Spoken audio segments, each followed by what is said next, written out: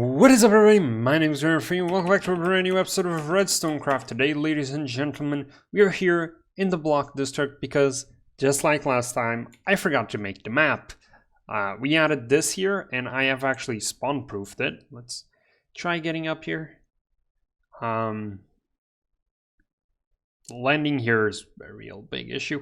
Okay, there you go. So we did this, I spawn-proofed it, and I put the axe on a item frame so we can keep using it. But yeah, I forgot to update the map, so there you go. It's another little blue square in the middle of this absolute insanity of a map. So let's lock it, and locked. Ooh, soil farm. And there you go. One more to add to the list. We're going to do this for every single one until the map is full. Then we're going to have the whole progression. It's going to be awesome. And today we're actually going to work here. Today we're going to be building not one, but two different farms. A basalt generator farm and a Nylium farm. I actually blanked there. That wasn't for dramatic effect, and I apologize. But yeah, in order for us to do this, though, I am first going to pop into Creative World, and we're actually going to have a step-by-step tutorial on how to get this done, because I designed both farms. Well, actually, I didn't design the basalt one. I just took a popular design. I don't even know who came up with it. I've seen like 10 people use the same design. There were no credits. So I'm sorry if it was you who created this. Please let me know. I would gladly give credits, but the Nylium farm I did design. Although, once again, it's not inventive. Anyway, let's pop into Creative World and check out these farms in a tutorial on how to build them. Okay, ladies and gentlemen, so we're here on the Redstone Craft testing world, and you can see there's been a few things that have been added. This is actually going to be a future farm, no sneak peeking. This is the basic design for the basalt generator. You can see it will at some point generate more basalt. And of course we have a netherite beacon because we need haste, and the finalized product. So how does this work? Well, first of all, I always... No, that's not what I wanted to do. Apologize. Game mode survival. Okay, so this pickaxe has efficiency 5 and silk touch 1, and it doesn't actually need silk touch, but it does need efficiency 5, and I have haste 2. So this is what I do. I stand here, and I can even stand a bit further. Actually, not too further though. You might catch some blocks, but most of them are gonna fall below. And that's it. You just press the left click button and you AFK right here. You get a macro to do this for you, and then once you're done, let it go, come back down here and get your basalt. Now I actually had like 53 basalt, so you got a bit over a stack right there. So how does this actually work? Well, first of all, let's get into creative mode. Well, the basics of this is really easy. You see, basalt generates whenever lava flows between blue ice and soul sand. So if I just make this little container here, you'll see that in yet a lava bucket, you'll see that it's gonna flow and it's gonna create basalt. So this is the basic mechanic that we're gonna use. Oh right, I forget, it has to be vertical. Well, the soul sand has to be below at least. I don't think the blue ice has to. There you go, yeah. See, that creates basalt. So we're making use of this, and we have soul sand below and blue ice on top. Now, you guys might be asking, why isn't this straight, like closer to this? Well, the reason for that is sometimes blocks will fly to the side, and if you have lava sources there, they're just gonna burn. However, if it's slightly smaller, so you can see this isn't actually as high as the other one, what's gonna happen is the hopper minecarts below are gonna have a chance to pick it up. So, of course, hopper minecart below the soil to pick up the items, and hopper minecart below the obsidian at the side of it to pick up the others. Then you can see all the hopper minecarts here connected to a hopper line back into this chest. And yeah, I built it all out of obsidian just in case my mouse slips or anything, and it's gonna take me a while to actually break it. But yeah, let's get to the actual tutorial though, because that's what's interesting here. To do this, you're gonna need it's easier to do this with powered rails. You don't have to do it, but once again, it is significantly easier. So I would advise in lava. There you go. So to start off building this, what you need to do is set down your chest. Then come out 1 and then 5. 4, 5. There you go. 2, 3, 4, 5. And then lay the powered rails just like that and put an extra powered rail there. Ooh, wait, sorry. On this side, I mean. This is why I say using powered rails is easier, because the other ones will make a curve here, which is going to make it slightly harder to pick up the items. And you do need minecarts directly below it. It's not like you can have one circulating, because the items will get burnt if you do that. So then I advise you to surround this with glass, because otherwise, at least on the front and the back, you don't actually need to do it anywhere else, just so minecarts don't flow. Put down your minecarts, 5 per side, and they should just remain still if you place them right. Then on this side, you're going to put your soul soil. Now, the reason why we're only using 5 blocks is because that's the maximum you can reach in survival. So in survival, you can reach 5 blocks forward, and that's it. You can't do anything else. Then 5 obsidian blocks to the side, 5 more. Perimeter all around this. You don't actually need, of course, except the block where you stand. You can break the corners and everything if you wish. Then blue ice on top of the soul soil, so with a 1 block clap. And lava buckets right there. And I'd also advise closing this just for the sake of not falling into lava. And there you go. Put that there just for the sake of it. I'm actually going to put corners because apparently I use corners. The other one, it does look prettier with corners. There you go. Now all you have to do is stand right here and break it. So this is a really easy farm, and it's going to produce a good amount of basalt in general.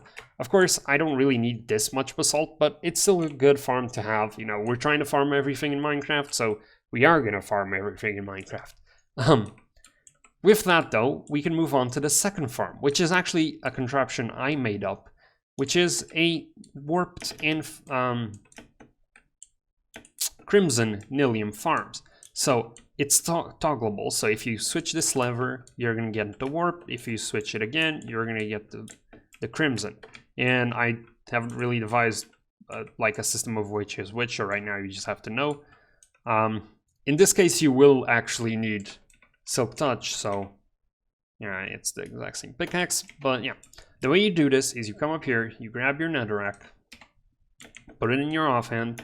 We're gonna do crimson for now. Go into survival, turn the machine on, and hold down both right and left click.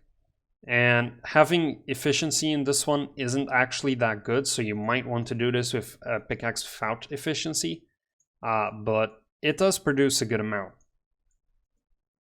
If you're careful enough, you'll see that, there you go. Just stand here, mine away, and the things are gonna, whoops, forget I'm in survival. There you go, the things are gonna keep going, and not only that, you can pour the rest of the netherrack into here, and if you come down here, you can see we already produced over a stack of Nylium. Sometimes you will get netherrack, so yeah, there really isn't two ways about that. The farm also consumes a lot of bone meal, so there is that to pay attention to. But yeah, the beauty of this is really that I made it toggleable. So you don't actually have to worry about building 2 farms to farm the 2 blocks.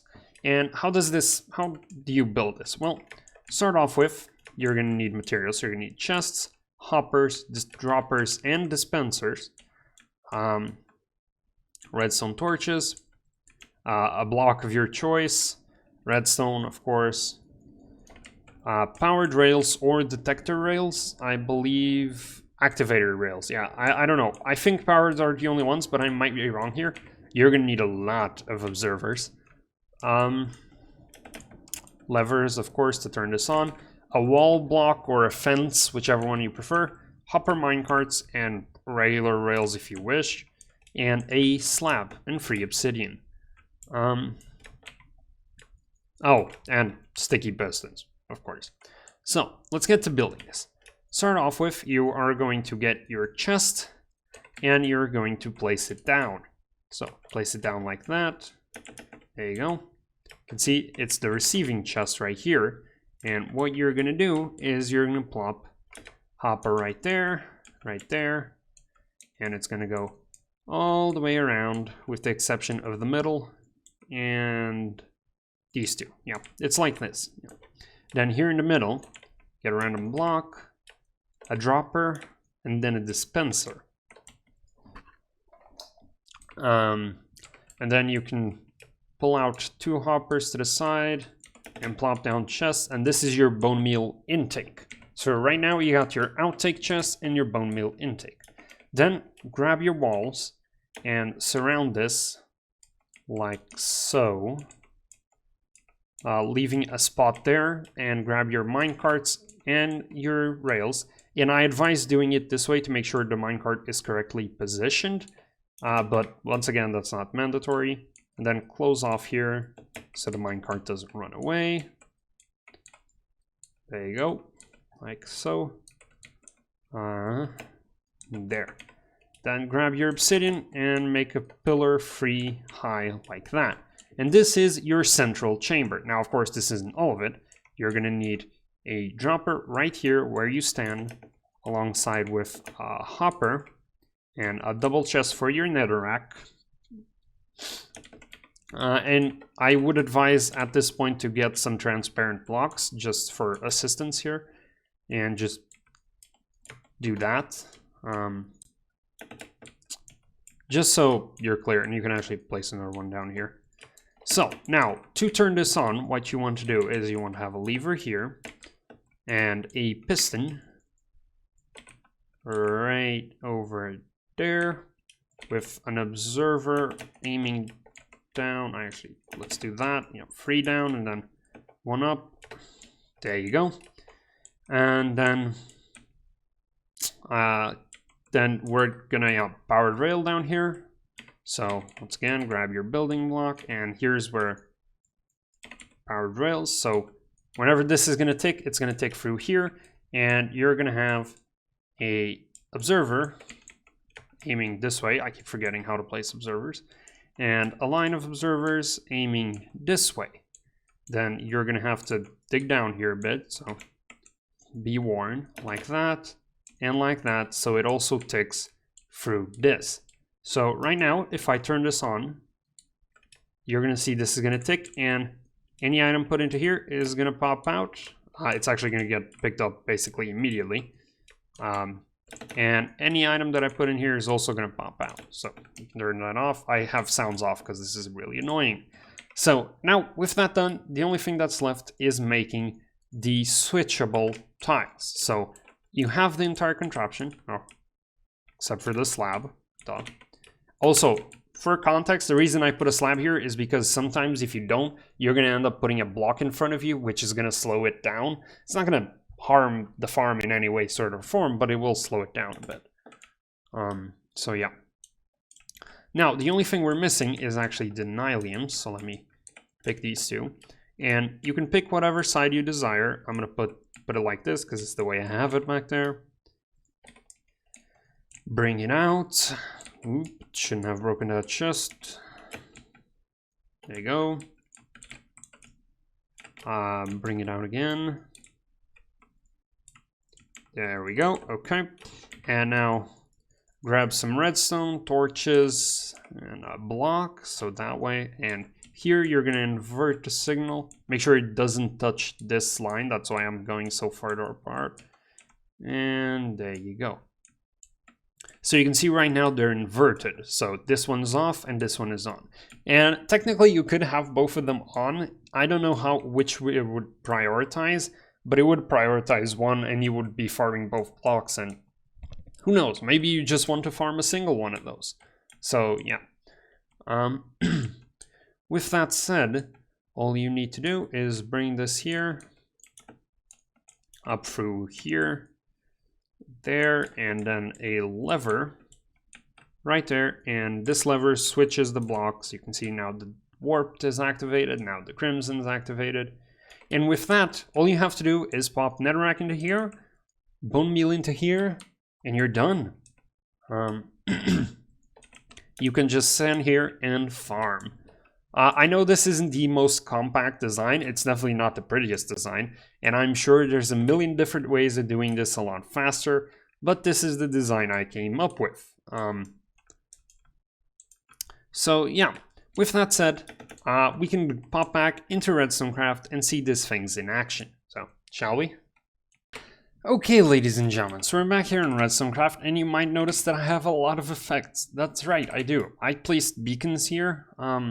Beneath this floor there are 5 beacons giving me all 6 effects. The only one that's not level 1, the only ones that are level 1 I should say, are strength and regen, because you can't get regen level 2, and strength isn't really useful. Now, you can see that I have the farms built here. So I did some changes to compact the farm, but it's nothing special, the other one still works.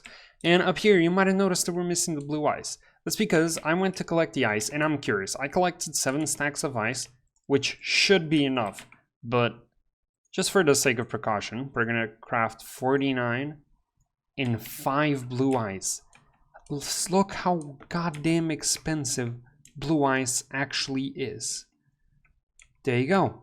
And now, of course, I can come and grab the lava, which I also forgot to place,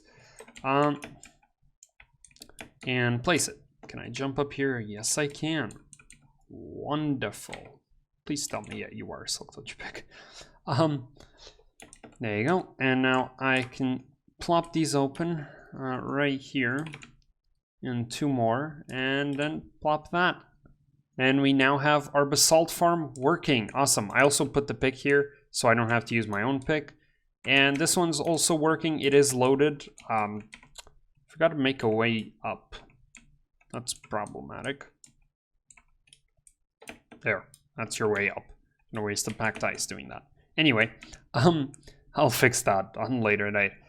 I know we haven't done much, but in today's episode in Redstone Craft, but I did design these 2 farms. They are pretty nice farms, and I can now AFK for these resources. I'm mostly interested in the basalt. This one's more just to have.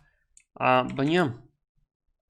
As for the beacons, the other day, as you might know, we farmed 64 withers. Now, we're actually going to use 20 beacons in this district, because we're going to use 5 beacons in each of the 4 corners to have, you know, just all the effects, and they're going to look pretty cool as well. So, yeah. Now, of course, I have already updated the maps this time. I did not forget, so let's fly on over here. There you go. Here you can see we have the slab, the nether tree farm, soul soil, basalt, and Nylium. I also added a lot of item frames because we're going to need a lot more stuff. Now the beacons aren't actually visible on the map because they're under slabs, so it doesn't really matter. But yeah, this district is evolving. We have the first quadrant here with a lot of stuff already, 4 different farms actually. And yeah, I'm pretty excited about this. It's going to be a fun time filling this district with stuff. But next time, we're actually not going to be working on farms. We're going to be taking on another challenge. I'm not going to say what it is exactly, but you guys are going to have to wait and find out. Sadly though, ladies and gentlemen, that is all I've got time for today, folks. I sincerely hope you guys enjoyed today's episode. If you did, make sure to hit the like and subscribe to my channel. That's all for today, folks. I'm out. Peace.